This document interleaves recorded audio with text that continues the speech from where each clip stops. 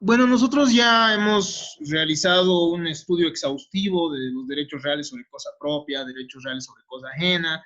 Hemos ingresado a la pignoración después de revisar también un derecho de garantía que es no pignoraticio, como es la hipoteca. Por lo cual ya hemos empezado a revisar ciertos aspectos inherentes al tema de la anticresis. La anticresis, como hemos visto, es un derecho real de garantía por el cual una persona denominada acreedor anticresista tiene derecho de uso y goce sobre un determinado bien perteneciente a una persona denominada deudor propietario, es decir, el propietario de un determinado bien se hace deudor del acreedor anticresista. Y al final se está garantizando también el cumplimiento de una deuda. Es así que hemos encontrado dos tipos diferentes de anticresis, dentro de las cuales encontramos una anticresis típica y una anticresis compensatoria. Mediante una anticresis típica, el acreedor puede explotar el inmueble e imputar los frutos. ¿Qué significa? Nosotros sabemos que los bienes en general producen frutos.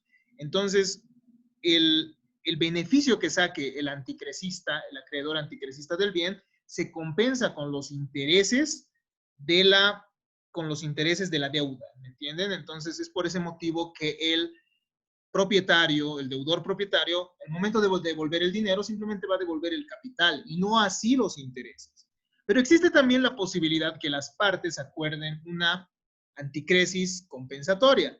En esta, en primer lugar, la explotación que realice el anticresista del bien va a compensarse en primer lugar con con los frutos, es decir, con los intereses, y después de a poco con el capital, ¿no?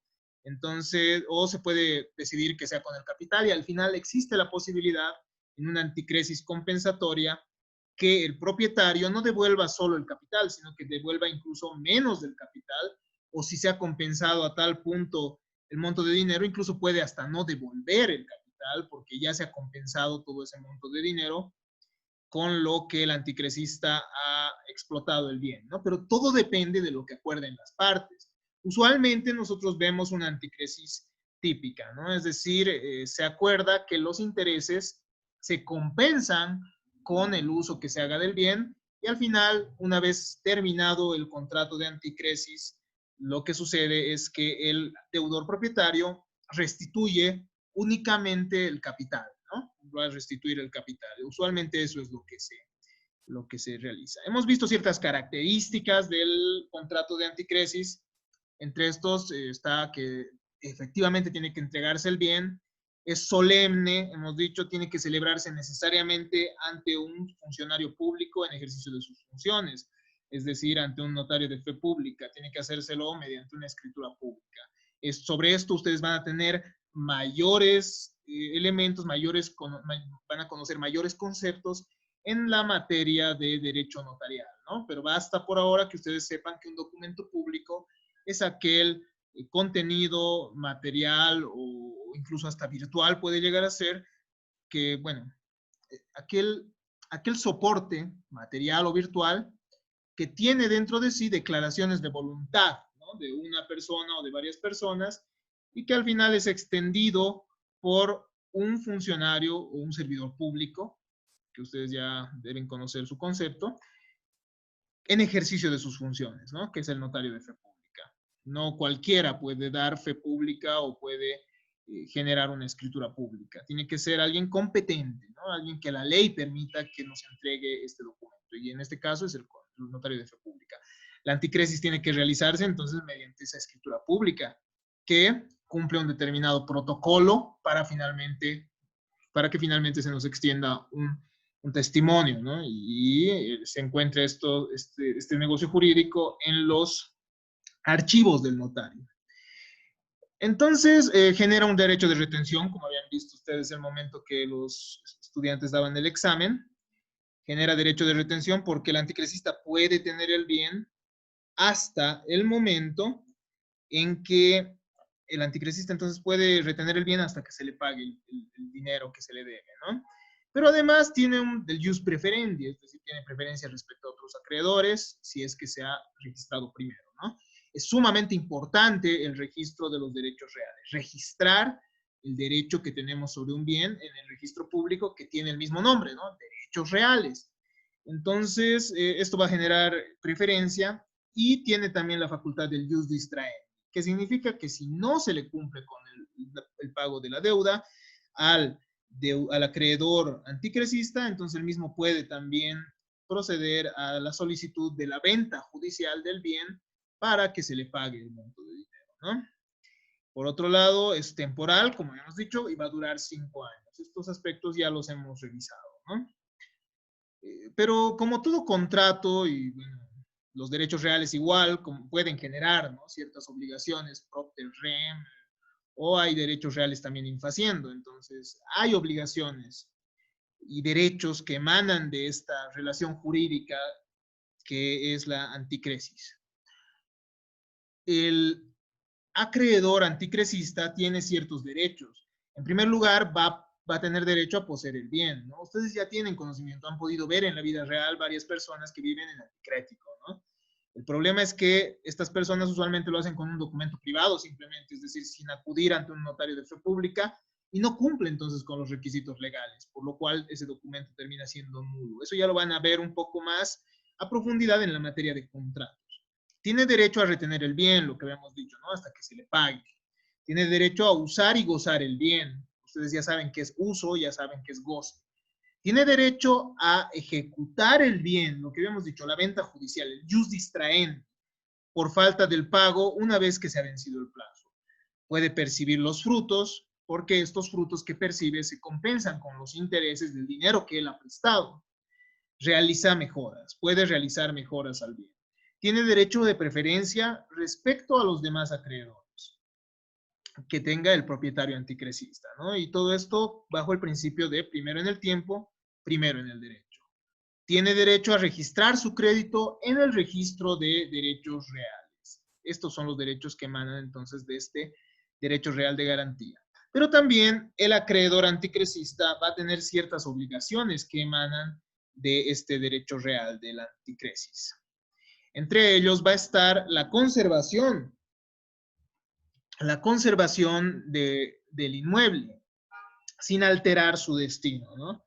Es decir, si bien puede realizar ciertas reparaciones, el anticresista no puede cambiar el destino del bien que tiene, es decir, no puede modificarlo de acuerdo, qué sé yo, si es que es una casa para vivienda, el mismo no puede usarlo como un local de fiestas, por ejemplo. Es decir, hay ciertas finalidades, ¿no?, de los bienes, entonces no puede salirse de eso el anticresista. A menos, claro, que se lo permita el mismo contrato también. Tiene derecho tiene la obligación de administrar y cultivar el bien. Es decir, que va a poder beneficiarse también de los frutos del bien.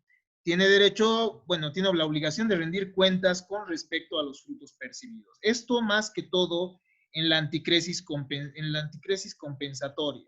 ¿Por qué? Porque hemos visto que existe la posibilidad que los frutos que perciba el acreedor anticresista se compensan con los intereses y después también pueden compensarse con el capital. Entonces, para ver cuánto se tiene que devolver del capital, se puede exigir una rendición de cuentas sobre los frutos. Pero si se ha acordado, por ejemplo, que los frutos se compensan con los intereses, entonces no habrá mayor problema respecto a esto de la rendición de cuentas y no sería necesario. Va a tener además, dentro de sus obligaciones, el acreedor anticresista, la obligación de conservar los derechos accesorios, las servidumbres o, los bienes accesorios del bien, entonces tiene que conservarlos, ¿no? Tiene que pagar contribuciones y cargas. Respecto a impuestos, nuestra ley es clara, ¿no? Se establece que también tendría que realizar el pago de las obligaciones impositivas. Tiene que restituir el bien cuando se le haya pagado el crédito. El anticresista tiene que devolver el bien una vez que se le devuelve el crédito. ¿Por qué? Porque una vez que se le devuelve el monto de dinero, el mismo simplemente pasa a ser un detentador, si se dan cuenta. Y al final, el propietario también va a poder accionar una acción reivindicatoria, si ya le ha pagado el monto al anticresista y el mismo sigue teniendo el bien. Tiene además que pagar impuestos y cargas anuales del inmueble, a menos que se hubiese acordado lo contrario, ¿no? Las partes tendrían que acordar quién paga los impuestos. Si no han acordado si no han acordado ¿quién paga impuestos? Entonces el anticresista debe hacerlo. Tiene derecho a ejercer, tiene la obligación de ejercer su derecho con la diligencia de un buen padre de familia. Es decir, si va a tener el bien, él no tiene el derecho de abusar de ese derecho, ¿no? Es decir, tiene que hacer, y tampoco puede ser negligente respecto a ciertas reparaciones que tengan que realizarse, etc. Tiene que obrar como un hombre razonable respecto al bien.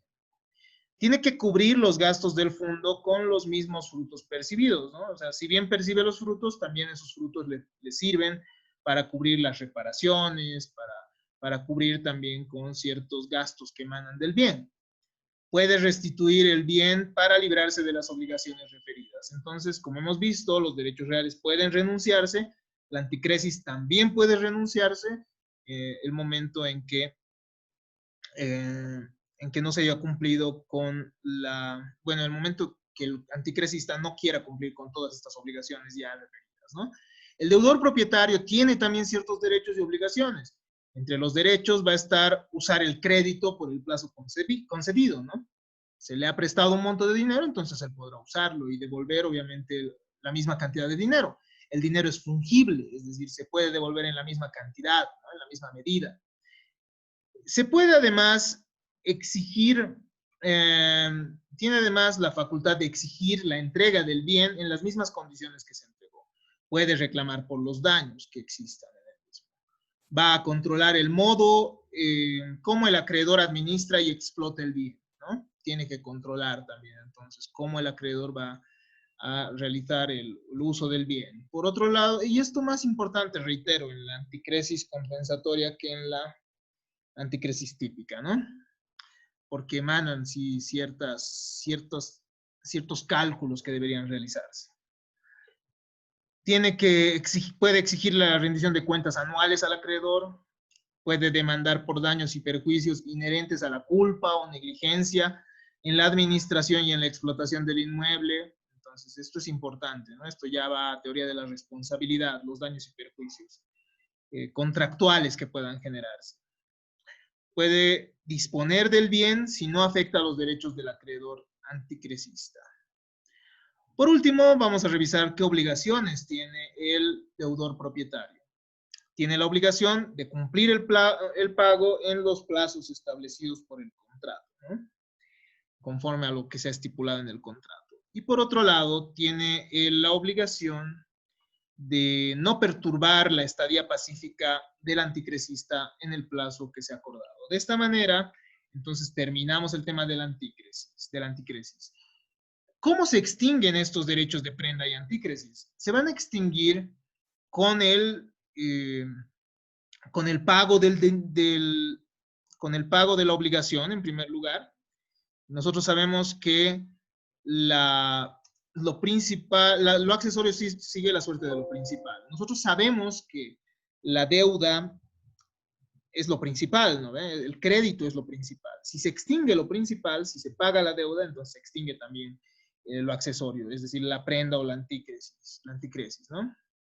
Se puede extinguir, entonces, la forma normal es el pago, pero también puede darse la extinción por vía principal, es decir, por la desposesión que pueda sufrir el acreedor, ¿no? Es decir, puede terminarse la anticresis el momento en que el acreedor renuncia a la misma. Puede darse también en caso de una venta judicial. ¿Qué pasa si antes que el anticresista hubiese registrado su derecho, otro acreedor ya lo ha rematado el bien y tiene preferencia? Entonces, bueno, por venta judicial igual podría llegar a quedar sin efecto esto. Y bueno, puede darse también por confusión. ¿Qué pasa si el anticresista puede al final ser deudor y acreedor a la vez? Eso puede suceder. Ejemplo, Pepito, por ejemplo, es anticresista de su papá, ¿no? Imaginemos, su papá le da una casa en anticrético, el papá fallece y Pepito es el único heredero. ¿Qué pasa entonces? Adquiere el patrimonio, ¿no? Se confunden los patrimonios de ambos, por tanto, se vuelve deudor y acreedor. Eso puede suceder. Y de esa manera también se terminaría, ¿no? Una anticresis o una prenda. Entonces, de esta manera hemos terminado este interesante tema.